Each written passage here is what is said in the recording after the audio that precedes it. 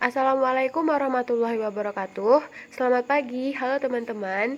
Kami dari kelompok 10 akan mempresentasikan tentang ekuitas atau konsep ekuitas. Di sini saya Nelly Febriana sebagai moderator sekaligus penyaji pertama. Selanjutnya ada Siti Hoirul Omatin sebagai penyaji kedua, ada Iska Sintia sebagai penyaji ketiga, dan Muhammad Faiz. Baik, langsung saja ke pemateri pertama, yaitu saya sendiri. Di sini saya akan menjelaskan tentang pengertian ekuitas. Pengertian ekuitas tidak dapat didefinisi secara independen terhadap aset dan kewajiban. Nah, ekuitas atau modal pemilik pada dasarnya bukan kewajiban, tetapi merupakan klaim sisa atau residual claim terhadap aktiva. Dalam kerangka dasar standar akuntansi Indonesia tahun 2002, Ikatan Akuntan Indonesia atau IAI mendefinisikan bahwa ekuitas sebagai berikut. Pasal 49, ekuitas adalah hak residual atas aktiva perusahaan setelah dikurangi semua kewajiban. Pada dasarnya, ekuitas berasal dari investasi pemilik dan hasil usaha perusahaan. Ekuitas akan berkurang dengan adanya penarikan kembali penyertaan oleh pemilik, pembagian keuntungan atau dividen atau kerugian usaha. Jadi intinya di sini ekuitas itu adalah modal yang dimiliki oleh perusahaan, baik itu melalui investasi pemilik ataupun dari hasil usaha perusahaannya. Oke, selanjutnya yaitu ekuitas menurut teori ekonomi. Ekuitas didefinisikan sebagai hak residual untuk menunjukkan bahwa ekuitas bukan kewajiban. Ini berarti ekuitas bukan pengorbanan sumber ekonomi masa datang, menurut Sujarno tahun 2005. Karena didefinisikan atas dasar aset dan kewajiban, nilai ekuitas juga bergantung pada bagaimana aset dan kewajiban diukur. Oke, jadi hak residual itu artinya kepentingan pemilik entitas terhadap aset entitas tersebut setelah dikurangi semua kewajiban yang ada di dalam neraca. Selanjutnya, komponen ekuitas.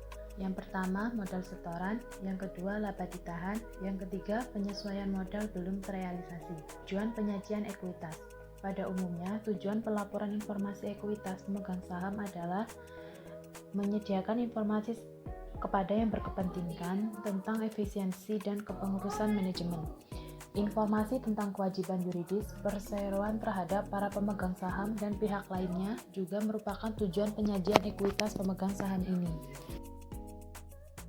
Teori ekuitas. Teori ekuitas adalah teori yang menjelaskan sudut pandang yang digunakan dalam akuntansi berkaitan dengan penyusunan dan penyajian laporan keuangan.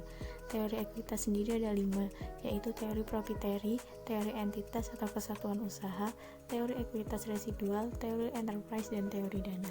Selanjutnya yaitu konsep nilai tambah. Konsep nilai tambah secara umum dapat didefinisikan sebagai perbedaan antara penghasilan kotor yang diterima oleh suatu perusahaan dari hasil penjualan produk dan jasa dengan jumlah uang yang dibayarkan untuk membeli bahan baku dan jasa yang disediakan oleh pemasok dari luar perusahaan. Selanjutnya yaitu metode penentuan nilai tambah. Ada dua metode yang dapat digunakan untuk menghitung nilai tambah suatu perusahaan, yaitu metode subtraktif dan metode aditif. Yang pertama yaitu metode subtraktif, yaitu nilai tambah atau NT perusahaan dapat dihitung dari besarnya nilai penjualan atau output kotor perusahaan, yaitu dengan cara hasil penjualan atau HP dikurangi dengan beban input atau BI. Jadi NT sama dengan HP dikurangi BI. Yang kedua, metode aditif merupakan nilai tambah atau NT perusahaan dapat dihitung dari laporan laba operasi, yaitu dengan cara menjumlahkan jumlah input produksi yang berasal dari metode dan tenaga kerja dalam rangka menghasilkan penjualan. Jadi yaitu NT sama dengan BG ditambah LO dikurangi NP. Selanjutnya, penyusunan laporan nilai tambah. Laporan nilai tambah juga disusun atas dasar konsep accrual dan matching principles. Di samping itu, laporan nilai tambah merupakan laporan hasil operasi perusahaan atau tidak termasuk transaksi modal untuk periode waktu tertentu, bukan pada tanggal tertentu. Selanjutnya yaitu perbedaan nilai tambah bersih dan nilai tambah kotor. Yang pertama, nilai tambah tidak lain adalah kekayaan yang diciptakan oleh perusahaan, dan kekayaan ini akan dinilai terlalu tinggi apabila tidak diakui adanya akumulasi penurunan nilai aktiva tetap karena pemakaian aktiva tersebut. Selanjutnya, sesuai dengan konsep konsistensi dan matching antara penghasilan dan beban, maka beban depresiasi harus diperlakukan pula seperti halnya beban input bahan baku, yaitu mengurangi hasil penjualan.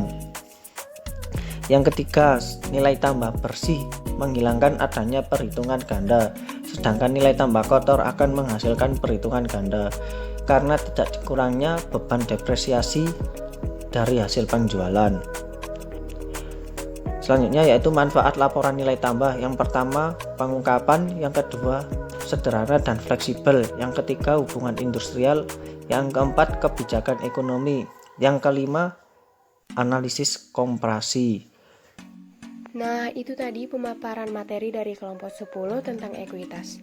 Teman-teman, setelah kita ke Banten lalu ke Bekasi. Cukup sekian dan terima kasih. Wassalamualaikum warahmatullahi wabarakatuh. Selanjutnya sesi tanya jawab.